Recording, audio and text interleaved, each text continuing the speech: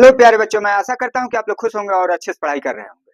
तो यहाँ पर देखिएगा, समीकरण 2x² + 5x + 4 = 0 के मूल होंगे। मतलब मूलों की प्रकृति आपको ज्ञात करना है। तो मूलों की प्रकृति ज्ञात करने के लिए पहले जो है हम मूलों की प्रकृति ज्ञात करने के लिए हम क्या करते हैं, डी का मान निकालते हैं, अर्थात विविधकर कहिए या डिस्क्रिमिनेंट डी का मान। तो डी बराबर होता है b² - 4ac बराबर। तो यहाँ ए बी सी का मान हम जो है इस समीकरण में लिखते हैं।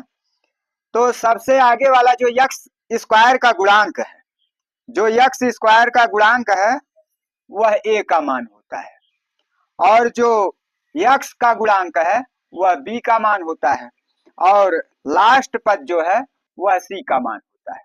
अगर ऋण चिन्ह इनके सामने रहता है तो ऋण चिन्ह लिया जाता है, लेकिन धन चिन्ह रहता है तो उसको जरूरी नहीं होता है लिखना। तो अब हम जो है बीच वाला मान बी का मान है, तो b² अर्थात 5 का स्क्वायर हम यहाँ लिख देंगे।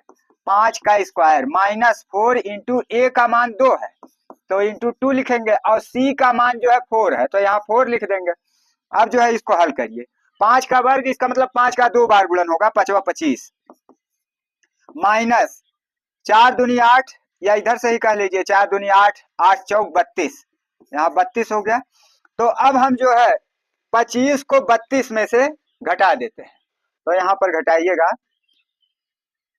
32 में से 25 को घटाएंगे, क्योंकि धनात्मक कम है 25 और ऋणात्मक ज्यादा है।